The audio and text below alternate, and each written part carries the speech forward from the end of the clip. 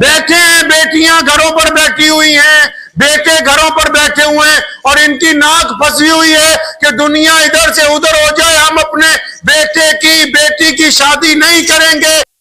پیارے پیغمبر علیہ الصلوۃ والسلام نے نکاح کیے، 4 نکاح قوم سے باہر، برادری سے باہر، قبیلے کے باہر کیے۔ آپ ان سے بھی نعوذ باللہ آگے بڑھنے کی کوشش کر رہے ہیں، آپ تو ضد کے اوپر اڑے ہوئے ہیں کہ نہیں، ہم تو اپنی بیٹی کی شادی کسی قیمت پر کریں گے ہی نہیں۔ اپنی بیٹی کا نکاح اپنی برادری سے باہر کیا نبی علیہ الصلوۃ والسلام نے۔ سیدنا فاطمہ رضی اللہ عنہ کے بعد جو حضور صلی اللہ علیہ وسلم کی 2 بیٹیاں، حضرت عثمان رضی اللہ عنہ حضور صلی اللہ علیہ وسلم کی برادری کے نہیں ہیں۔ نبی علیہ الصلوۃ والسلام کا ایک نکاح برادری سے بھی باہر ہے، علاقے سے بھی باہر ہے، قوم سے بھی باہر ہے، ملک سے باہر ہے۔ اللہ اکبر۔ برادری واد جو ہے وہ اسلام میں بالخصوص ہمارے ملک میں ناسور بنتا جا رہا ہے۔ میں نے شروع میں عرض کیا کہ بر صغیر میں جب اسلام آیا، بر صغیر بولتے ہیں اس علاقے کو جس میں بھارت بھی ہے، بنگلہ دیش بھی ہے، بھوٹان بھی ہے، نیپال بھی ہے، مالدیپ بھی ہے، سری لنکا بھی ہے، افغانستان بھی ہے۔ بر صغیر میں جب اسلام آیا تو یہاں کچھ لوگوں نے اپنی ذات اور برادری پر بڑا فخر محسوس کرنے لگے،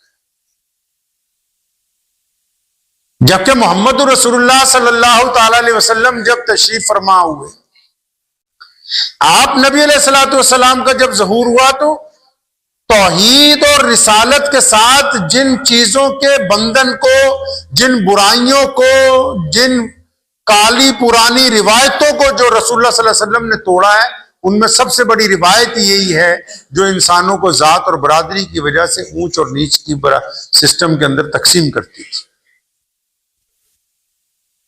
برادریوں کی وجہ سے اڑے ہوئے ہیں، بچے بیٹھے ہیں، بیٹیاں گھروں پر بیٹھی ہوئی ہیں، بیٹے گھروں پر بیٹھے ہوئے ہیں، اور ان کی ناک پھنسی ہوئی ہے کہ دنیا ادھر سے ادھر ہو جائے، ہم اپنے بیٹے کی بیٹی کی شادی نہیں کریں گے۔ اور یہ یاد رکھو، یہ برادری واد کا جو بھوت سوار ہے نا، یہ بھی صرف مڈل کلاس لوگوں کو سوار ہے۔ جو لوگ ارب پتی ہو گئے، جو بہت زیادہ پڑھ لکھ گئے، وہ تو چاہے کہتے ہیں مذہب بھی دوسرا ہو جائے، ہمارے لڑکے کو لڑکی پسند آ جائے یا لڑکی کو لڑکا پسند آ جائے، بس اس کی شادی ہو جانی چاہیے کسی کی۔ یہ جو برادریوں کا بھوت سوار کر رکھا ہے نا، ہوتی کیا ہے برادری؟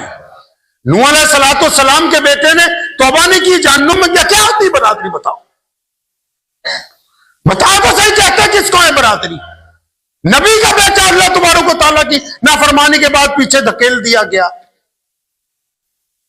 ان سے بڑی برادری کس کی ہوگی؟ نبی منتخب، اللہ کے منتخب بندے ہوتے ہیں، عام انسانوں میں سے نہیں ہوتے جو نبی ہوتے ہیں، اللہ کے پسندیدہ بندے ہوتے ہیں۔ پیارے پیغمبر علیہ الصلوۃ والسلام نے نکاح کیے، 4 نکاح قوم سے باہر، برادری سے باہر، قبیلے کے باہر کیے۔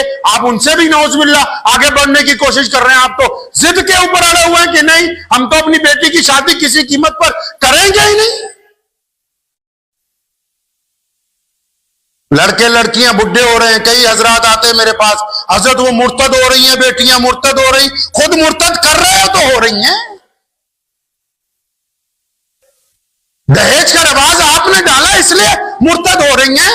آپ کہتے ہو کہ فلاں برادری میں فلاں لڑکا اچھا ہے، قابل ہے، پڑھا لکھا ہے، لیکن ہمارے برادری کا نہیں، ہم اس کا نکاح اپنی بیٹی کا نہیں ہونے دیں گے، تب وہ مرتد ہو کے غیر مسلموں کے ساتھ جا رہی ہے۔ اپنا گناہ کیوں نہیں دیکھتے؟ آخر جی لڑکیوں کو سمجھائیں گے، لڑکیوں کو کیا سمجھاؤ گے؟ ان بڈھوں کو سمجھاؤ جنہوں نے اسلام کے اوپر اپنی برادری کو فوقیت دینے کی سازش بنا رکھی ہے، جو برادریوں کے نام پر سوسائٹیاں بنا رہے ہیں، محمد رسول اللہ صلی اللہ علیہ وسلم کے خلاف نعوذ باللہ بغاوت کر رہے ہیں۔ تم کیا سمجھتے ہو کہ تمہاری ان بغاوتوں سے اسلام رک جائے گا؟ قرآن نے کہا الا تنفروا يعذبكم عذابا الیما ويستبدل قوما غیرکم۔ اللہ فرماتے ہیں تمہاری جگہ کسی اور قوم کو اسلام کی دولت ہے۔ جس دین نے رنگ اور نسل کے بھید مٹائے ہوں، جو دین پوری کائنات میں اس لیے پہنچاؤ کہ محمد رسول اللہ نے سیدنا بلال حبشی رضی اللہ تعالیٰ عنہ کو ابو بکر صدیق رضی اللہ تعالیٰ عنہ کا بھائی بنایا؟ کون ابو بکر جو شہزادے ہیں اور کون بلال جو غلام ہیں؟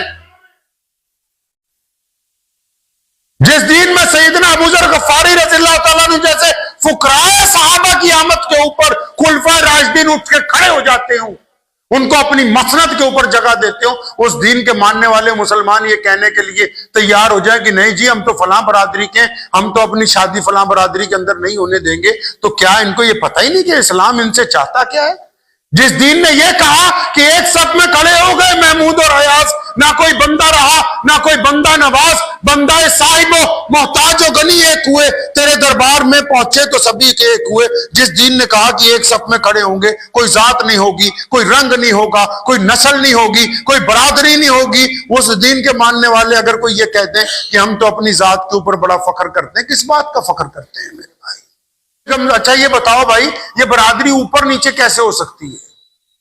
یہ فلسفہ کہاں سے آیا ہے؟ یہ اوپر نیچے ہو کیسے سکتی ہے؟ اسلام میں صرف دو ہی قسمیں ہیں، ایک رسول اللہ صلی اللہ علیہ وسلم اور انبیاء علیہ السلام کی جماعت، دوسری تمام مسلمان۔ اللہ نے اپنے نبیوں کو عزت عطا فرمائی تمام کائنات کے اوپر، بس وہ اس لیے کیونکہ وہ اللہ کے منتخب بندے ہیں۔ اس کے بعد تمام انسانوں کے لیے حکم ہو گیا کہ یہ ایک برابر ہے، اور ان نبیوں نے بھی اور ہمارے پیغمبر اعظم صلی اللہ علیہ وسلم نے بھی اپنی ذاتی زندگی میں اس کو کر کے دکھایا ہے۔ اپنی بیٹی کا نکاح اپنی برادری سے باہر کیا نبی علیہ الصلوۃ والسلام نے۔ سیدنا فاطمہ رضی اللہ عنہ کے بعد جو حضور صلی اللہ علیہ وسلم کی دو بیٹیاں، حضرت عثمان رضی اللہ عنہ حضور صلی اللہ علیہ وسلم کی برادری کے نہیں ہیں۔ نبی علیہ الصلوۃ والسلام کا ایک نکاح برادری سے بھی باہر ہے، علاقے سے بھی باہر ہے، قوم سے بھی باہر ہے، ملک سے باہر ہے۔ ان کو بتانا تھا ان مسلمانوں کو، قیامت تک کے ان انسانوں کو۔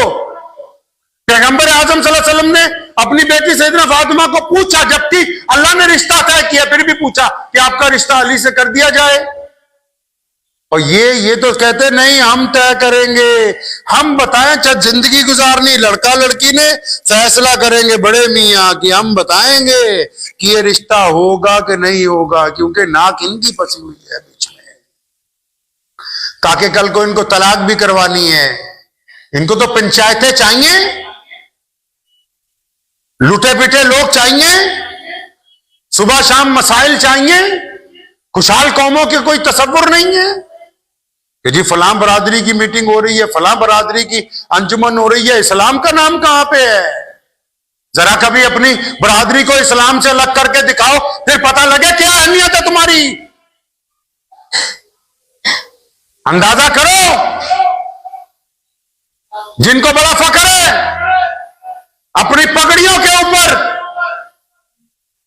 محمد الرسول اللہ صلی اللہ علیہ وسلم کے دین آنے سے پہلے حالت کیا تھی، اور رسول اللہ صلی اللہ علیہ وسلم نے جو عزت دی ہے اس کے آنے کے بعد آپ کا دماغ اس حد تک کیا خراب ہو گیا کہ آپ اسلام کو چھوڑ کے برادری کی بات کر رہے ہیں؟ کیا ہے دین کے علاوہ؟ اگر آپ کے پاس رسول اللہ صلی اللہ علیہ وسلم کا دین نہ ہو تو کون سی برادری؟ بتاؤ کیا اہمیت ہوگی اس برادری کی جس کے پاس رسول اللہ صلی اللہ علیہ وسلم کے احکامات نہ ہو؟ کیا وجود ہوگا؟ اندازہ لگائیے بھائی، انتہا کر دی ہے، اور یہ آپ نے نہیں کی ہے، اس میں دشمن نے بڑی محنت کی ہے،